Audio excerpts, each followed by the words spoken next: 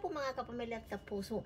Tayo po ngayon ay magluluto ng itong chicken with potatoes and also onions po. Tinimplahan ko na po ito.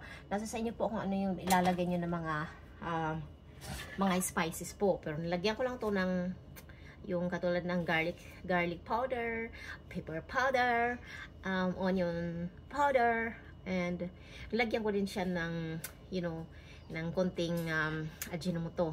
Nasa sa inyo po. So, gagawin po natin ngayon ay ito po muna. So, itong rice po, sinain ko na to. So, ang gagawin natin ay ilalagay natin dito, spread out natin dito sa sa lagayan. Tapos, ito, spread out po natin.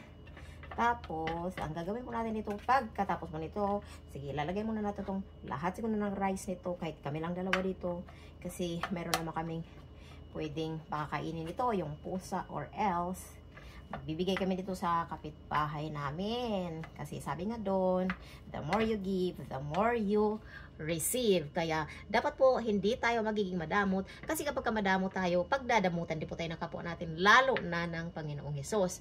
Kasi nga, si Jesus nga, diba, nung dito siya sa sanlibutan, binigay niya ang kanya, yung nagpakamatay siya, dahil lang sa ating mga kasalanan, sa pagtubo sa ating mga kasalanan, di ba? So, it's a gift po. So, kaya dapat din po tayo ay marunong na magbigay sa ating kapwa, lalo na sa mga nangangailangan. Tatandaan po natin na ang lahat po ng mga tinutulong natin ay rewarded po yan sa harapan ng Diyos. At tatandaan natin na kapag tayo ay nakatulong sa kapwa natin, so, katulad na din yan na tumulong tayo sa Diyos. So, tatandaan po natin na kapag tayo ay tumulong sa ating kapwa, tunay nga na, lalo na sa mga mahihirap, tatandaan natin na si Lord yung nagkakautang sa atin at siya yung magbabayad sa atin. Kaya hindi po sayang yung mga tulong natin sa kapwa. So, parang investment din po yung pagtulong natin sa ating kapwa. So, ngayon, ang gagawin po natin, ang susunod na steps ay, ito po, lalagyan natin itong cream of mushroom. So, ito po, ilalagyan natin ngayon. O, ito, sige, lalagyan natin. So, atuhan lang natin, parang itatoppings lang po natin siya. Ito, ganito. Ito, toppings lang natin siya. So, actually, first time ko po lang po itong ginawa. Sabi lang naman ng asawa ko dito na gagawin ko itong ganito. Hindi ko naman to talagang ginagawa kasi wala din naman to sa amin. Pero tinuro lang ito ni Dodong Procopio, my loving Leos. Oh my. Oh, so, ito po, yan lang natin, tatappings lang natin sa taas. Ito, kukunti lang pala yung laman ng itong cream mushroom ito. So, baka naku po, kukulangin tayo nito ng dito. Natin yung templa natin ito. Kukulangin tayo nito. Dalawa lang ang meron ko dito. So, ito, para magkaroon siya ng lasa. Kasi itong cream of mushroom, talagang malinamnam po siya. Malasa siya. So, itatry na din po ito. Baka magustuhan nyo. Kasi for sure, masarap po talaga ito, sabi. Kahit itong mushroom lang, cream of mushroom, masarap na siya.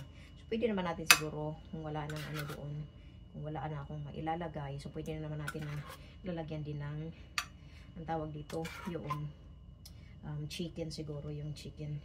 Pero kakaiba po yung chicken soup. So, kasya naman din po siya. Oh. Kasya naman siya. Ito.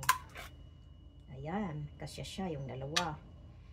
So, ayan po, nagkasya. So, yan po, pagdating naman po sa, natin, sa life natin, when it comes to our spiritual life, kailangan po, kung pinapakain natin, inaalagaan natin yung physical natin, na pangangatawan, dapat po, ganun din yung spiritual life natin. Dapat nating aalagaan din, kasi yun yung pinaka-importante sa lahat, kasi hindi naman tayo forever dito sa sanlibutan na mananatili, kundi darating ang panahon na babawiin na yung buhay natin kung kailan man yun, or else kung maabutan mo tayo ng Diyos na buhay pa, ang importante po ay yung handa tayo. Kaya importante na ayusin ayusin natin yung spiritual life natin. Kung hindi man ayos, kung wala ka mang relasyon sa Panginoon, so ang tanong, kailan mo pa uumpisahan yung pakikipagrelasyon mo sa Diyos? Dapat ngayon na, kasi nga walang isang relihiyon na makakaligtas sa ating kundi ang relasyon lang natin sa Diyos. So dapat ayusin po talaga natin yung relasyon. So unang-una, hindi ka po magkakaroon ng relasyon sa Diyos kapag pa ikaw ay hindi nanghingi ng kapatawaran sa Diyos. Kasi lahat naman po tayo makasalanan. Dapat i-check natin yung sarili natin, lalo na sa panahon ko, hindi natin alam kung kailan talaga yung second coming ni Lord Jesus. So wala po talagang nakakaalam. So what is important is we are ready, and of course, dinadiagnose or chine-check na natin yung ating mga sarili na kung talaga ay tayo ba ay tunay nga na wala nang mancha sa harapan ng Diyos. You know, though sa harapan ng tao, talagang tayo naman ay lagi naman na ano talaga yung makasalanan, di ba? At lalo na kapag tayo ay nagkakamali, yun ang tinatandaan ng tao. Pero tandaan po natin, the moment na kino-confess na natin ating mga kasalanan sa Panginoon, so tatandaan natin na ang Diyos ay, sabi niya nga, if we confess our sins, He is faithful and just to forgive us our sins and cleanse us from all our unrighteousness in 1 John 1:9. So dapat lang po na, kailangan lang po talaga natin, kailangan lang po talaga natin na i-confess natin ang mga kasalanan sa Diyos. So, next po na gagawin natin ay itong chicken na po. Ilalagay na po natin at the top. Pero parang kukunti lang yung pwede natin balagdan nito kasi parang puno na. Pero okay lang po. So, ito. Pagkatapos mo nito ay i-oven na po natin siya. So, ito ay chicken. Ilalagay na po natin sa atong at the top. So, ito lang. Itap-tap lang natin. So, ayan. 2 hita lang po ito ng chicken. Pero malalaki po kasi yung hita dito ng chicken. Dito sa US. So ito po, tap-tap lang po natin. Sabi ko nga sa inyo, tapos ko na itong nilagyan ng mga spices para malasa po siya. Alam nga naman na baka ang hirap naman kapag ilalagay natin dito na wala siyang spices. So walang kalatoy-latoy. Mayroon man pero hindi masyado kasi kung mag-absorb man itong tawag dito, itong cream of mushroom, so hindi mo masyado. So ngayon ay ilalagay natin, wala na kaming carrots, so ang ilalagay na lang natin is ito na lang, potatoes. Sige. Ito, at saka yung sabi ko nga sa inyo, nilagyan din natin ng onions. So, yan. Hopefully masarap to. Ang na to, ang tawag dito, ang resulta nito.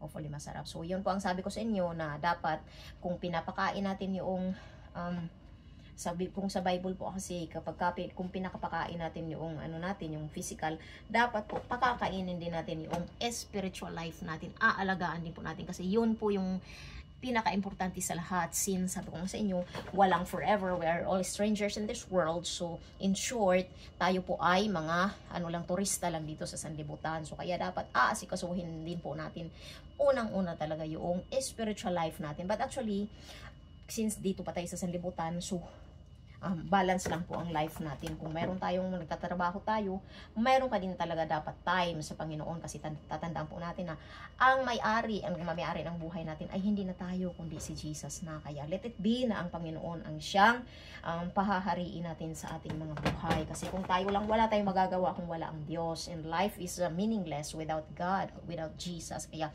kailangan mo si Jesus sa buhay mo. Lalo na sabi ko nga sa inyo sa panahon ngayon.